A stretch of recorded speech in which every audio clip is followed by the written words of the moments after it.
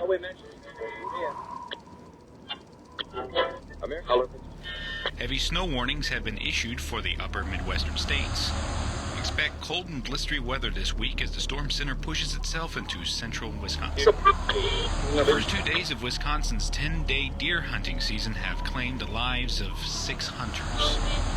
5 died from accidental gunfire, and 1 from a heart attack. 10-7 investigation at info. Police are probing the grisly scene at the secluded farmhouse of Plainfield handyman Ed Gein, who admitted today that he disemboweled and butchered the body of 58-year-old widow Bernice Wharton. Authorities found the decapitated body hanging in Gein's woodshed, gutted out and strung up by the heels. Investigators have also discovered the head and face of 54-year-old Mary Hogan. Portions of the bodies of 10 or more people have also been found among the other grisly human body parts. 10 human skulls, furniture made of human skin, a box full of noses, tan skin from a human head, a belt made of female nipples, 1 small skull believed to be that of a 6-year-old child. Authorities suspect cannibalism.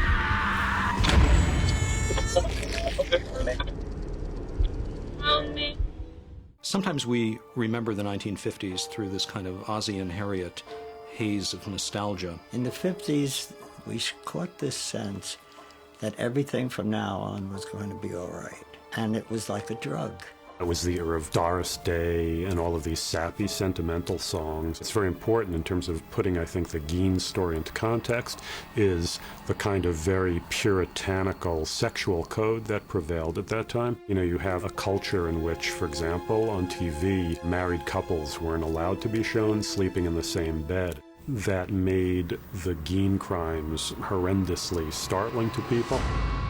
Ed Gein grew up in a small town, Plainfield, Wisconsin. Plainfield was an utterly nondescript, obscure place, really in the middle of nowhere, and the population has never been more than 600 to 800 people. That area of Wisconsin tends to be a very, very hardscrabble part of the state, sometimes referred to as the Great Dead Heart of Wisconsin. The Geins lived a fairly good distance away from town. When you look at Gein's life, you just have this sense of incredible isolation from any human contact except with his crazy mother. And he grew up in a household with an alcoholic and abusive father, and a mother who was very domineering.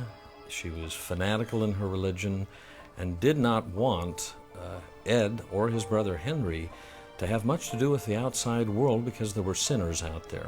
Augusta Gein really smothered her 2 sons and denied them any meaningful relationships with the outside world, and particularly with women. And also had extreme pathological aversion to anything to do with sex. So Ed grew up with this very, very powerful ambivalence towards his mother. On the one hand, he consciously worshipped and revered her and saw her as a godlike figure. But on another unconscious level, he inevitably developed this terrible resentment and hatred. There's an ongoing argument about whether sociopaths are born or are created. But I think the very strained circumstances of the Gein household makes an argument that you can turn a child into a monster.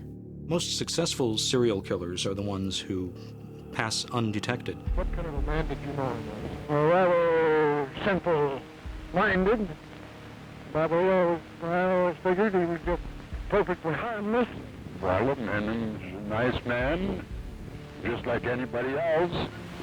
The only difference I'd say in the man, he seems to be a little odd. He was looked at as the nerdy kid that his contemporaries would poke fun at, which also tended to confirm for him a lot of his mother's paranoia. Augusta got older, her health failed, she ultimately had a stroke, and she died, and his world collapsed. It seems that began this downward spiral that totally went out of control. It's quite possible that Eddie Gein had a subclinical psychotic condition that, under these precise set of circumstances, then manifest itself after her death. And the loss of his mother signified the loss of the final person in his life. One characteristic of schizophrenics that you sometimes find is, they become completely inattentive to their own appearance, and that was reflected in the condition of his house. When people broke into it, it was as though he had reversed the normal process of garbage disposal and, gone to the dump and brought stuff home. Eddie Gein's house really was a symbolic representation of what was going on in his head. There was total disarray in his head as well, and the house simply was a physical representation of that. He would have radios, even though he couldn't play them since his house did not have electricity. He kept old dentures around. He had a whole collection of chewed up gum, something that was clearly not as horrific, but that is intensely creepy. One of the things he did was to seal off parts of the house. He closed off all the other rooms. The rooms with his mother's things, they were just left exactly as she had left them, and moved into just a room and the kitchen, essentially. He enjoyed reading magazines and newspapers and books about people doing rather bizarre things. And one of the interesting things that you find when you look at 1950s culture, there was a lot of very lurid, sensationalistic material. One of the most popular forms of periodical were horror comic books. Particularly The Vault of Horror and Tales from the Crypt and so on. They were wonderful stories and beautifully illustrated, but they did contain an extreme level of graphic violence. And they were read not just by kids, but adults as well. People from all walks of life were finding some kind of gratification in the extreme imagery, the slaughterhouse imagery. And of course, there was a lot of material coming out then about Nazi war crimes. I remember just how terrifying it was to pick up even something as mainstream as Life magazine and see all these images of the death camps.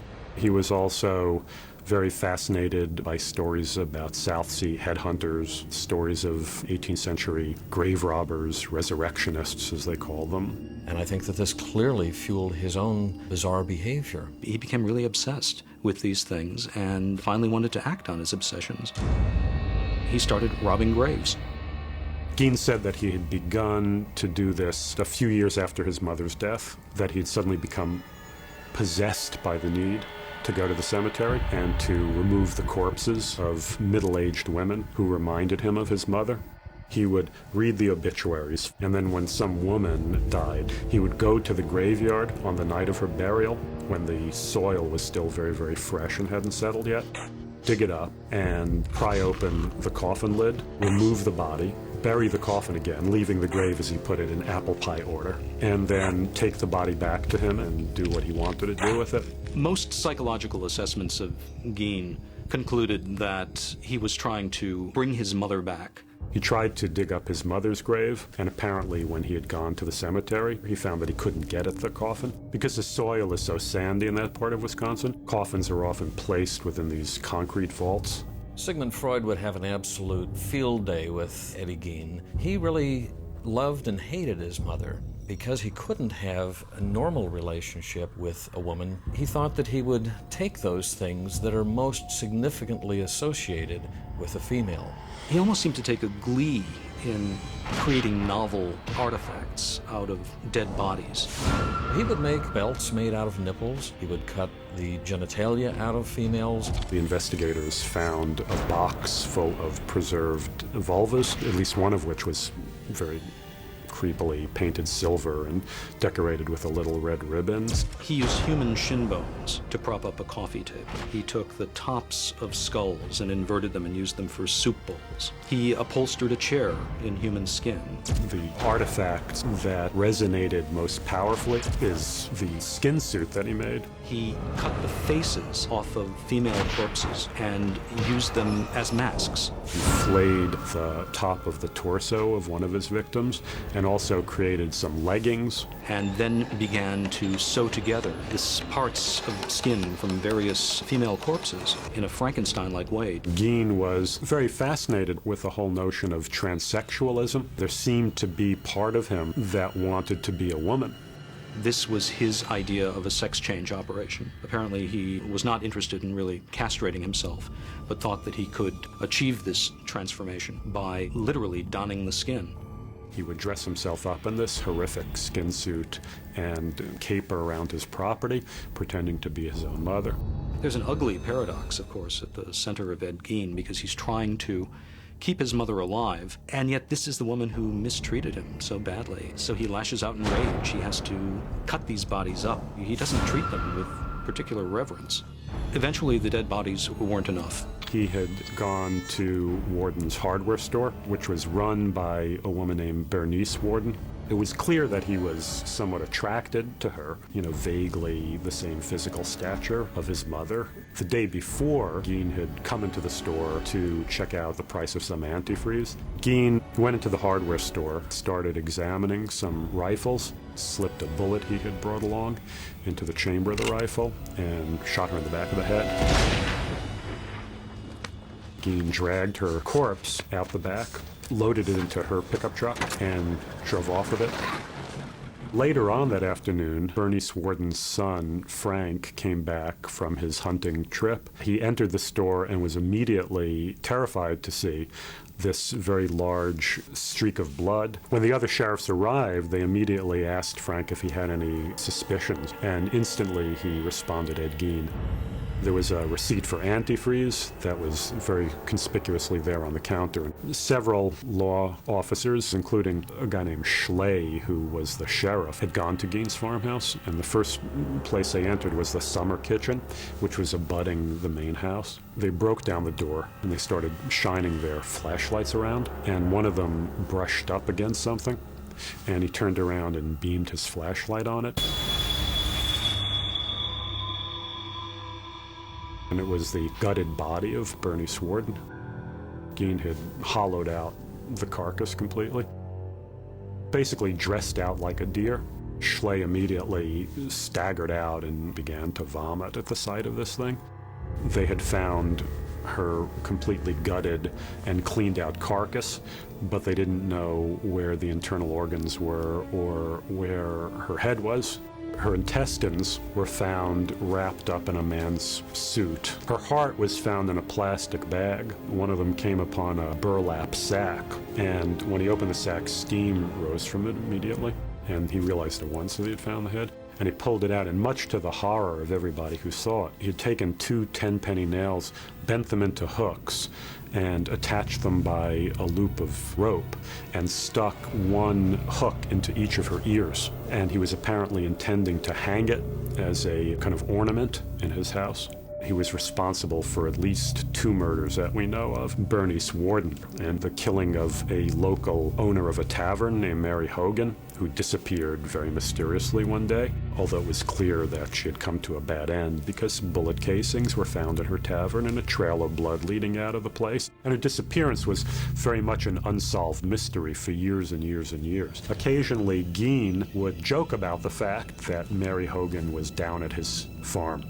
And of course, nobody took that seriously and just saw that as another example of Gein's bizarre and not very funny sense of humor. But what the investigators discovered in going through Gein's farmhouse, one of them picked up a paper bag at one point, opened it up, lifted out this hank of hair, and attached to it was a face that he immediately recognized as that of Mary Hogan. Back in the 1950s, and especially in small-town America in the 1950s, people had no preparation for this. This was something straight out of hell. The grave robbing, almost in a way, even more than the murders, touched some very, very primitive chord among these people. The notion that their loved ones, the bodies of their loved ones, had been violated in this way. A mysterious fire broke out one morning in Gein's farmhouse and completely obliterated it before it can be turned into a kind of tourist attraction. The very, very strong feeling among most people in town was that it had been deliberately torched by the outraged townspeople. Plainfield was really in the middle of nowhere. Even people in Wisconsin didn't know that it existed. And it suddenly, because of Gein's crime, achieved this terrible notoriety. The media descended en masse on Plainfield. It was a huge story. Ultimately, it was covered as a lead story in Life magazine. It was covered very prominently in Time magazine. It just received this tremendous amount of publicity. And of course, there were people who didn't mind being quoted in the newspapers or seeing their faces in some newsreel. But the general sense in the community was that Gein had inflicted this terrible wound on the reputation of Plainfield. Every little town likes to pride itself on being the birthplace of some celebrity. Plainfield was immediately becoming associated as the home of America's most notorious psychopath. This is something that was not really commonly known. As a matter of fact, the term serial killer didn't come about till many, many years later. Most serial killers are psychopaths, which is to say they are very, very, really frighteningly rational people, but people who have no human conscience and no capacity for remorse, and who just see other human beings as objects to be manipulated and exploited and used for their own depraved purposes. It's impossible to feel any sort of sympathy for a Ted Bundy or a John Wayne Gacy. They were just out-and-out monsters. And even though Gein has been turned into a monster in our imaginations, you know, the real man had a lot that was very, very, very pitiable and pathetic about him. Very rarely would somebody develop into this kind of a personality without suffering some tremendous abuse themselves. He certainly didn't seem to be schizophrenic in the traditional sense. Most schizophrenics begin to show signs of their mental illness in the early 20s, and it was not until Eddie Gein was even 39 that his mother died, and it was thereafter that he seems to have begun his reign of terror. Gein, as it turned out, was actually psychotic, which meant that he had this very, very, very severe psychological condition in which he was subject to various sorts of hallucinations.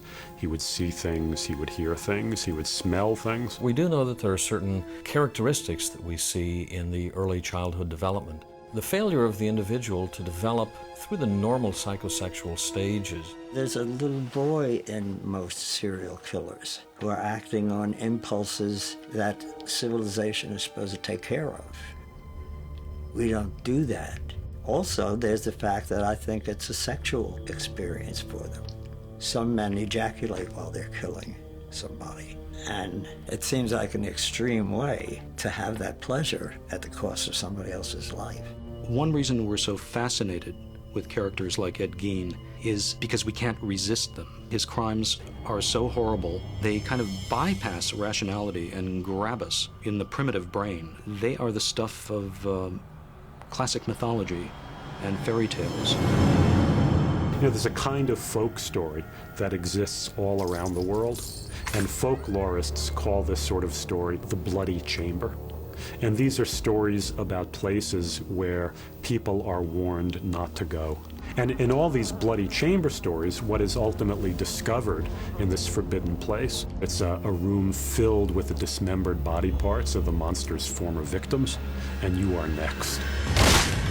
Ed Gein is the boogeyman. Gein immediately became a kind of figure of legend in folklore, and this took various kinds of forms. It took the form of sick jokes. What's Ed Gein's favorite kind of pastry? You know, ladyfingers. What did Gein say when the sheriff arrested him? Have a heart. Not terribly funny, but, you know, obviously rib ticklers in Wisconsin back in the 1950s. There's something very, very malleable about the Gein story that lends itself to constantly being reinterpreted. If you look at Psycho, you know, Psycho came into being because the horror writer Robert Bloch was living in Wisconsin at the time that the Gein story broke. And in fact, if you read Psycho at one point, after Norman Bates' arrest, people are always comparing him to Ed Gein. Robert Bloch's conception of Norman Bates was much closer to Ed Gein than Hitchcock's conception. Hitchcock, for obvious commercial reasons, wanted to cast attractive, well-known stars. The Norman Bates in the book was a man in his 40s who wore big, thick glasses. He was kind of unattractive. The kind of person nobody would ever dream could be capable of these crimes, and that's, of course, exactly why he got away with them. I began to describe the way I thought Norman Bates should be. Hitchcock smiled and he said, "Anthony Perkins?" And I said, "Absolutely." Even though Stefano did break with the middle-aged, unattractive Norman Bates, I think he created a more powerful icon. The Boy Next Door is infinitely more frightening. The movie came out in the early 60s, but it's really a book that reflects the 1950s, this very, very rigid, puritanical, repressed sexual code, and then lurking underneath this, all of this prurient interest in dirty stuff. That's the aspect of the Gein case that Bloch and then Hitchcock take from it in creating Psycho, is that schizoid element. The original Texas Chainsaw Massacre does a very, very powerful job of evoking that kind of charnel house atmosphere of Gein's living quarters. It is a nightmare, pure and simple, and that's where its power is coming from, because you can't quite make sense of it. This family of cannibals and butchers can't really exist, but here it is, and you gotta face it. There is a little bit of pathos that we feel for Leatherface. It's not the same kind of identification we can have like a more normal looking monster like Norman Bates, as played by Anthony Perkins. Leatherface's clan is perhaps an extreme cartoon of the dysfunctional family. So perhaps we feel a little more sympathy, or at least pity, for Leatherface because we can see what he is the product of. What Silence of the Lambs takes from the Gein case most prominently is the whole skin suit stuff. In The Silence of the Lambs, both the novel and the motion picture, we watch as Buffalo Bill reenacts Ed Gein's crimes. I think it's fascinating how serial killers have become a kind of new American folk hero. These people do things that we would never think of doing, or would we? You know, there's an old saying that we all think criminal thoughts, we just don't all act criminal acts. The virtuous man dreams what the wicked man really does. These people are living out these taboo fantasies, and it's very, very fascinating to us. In a very exaggerated way, they embody qualities of freedom and individuality that are supposed to be at the heart of the American character. They break all the rules. We admire them for that. Gein has really become sort of the seminal psycho of modern times. He is the thing that haunts our childhood fears. He operates on us through the most primitive parts of our brain. To skin their face and put it on your own face is one of the truly sick actions in the history of the human race. He gets our attention, and as long as he does, there will be a place for him in popular culture.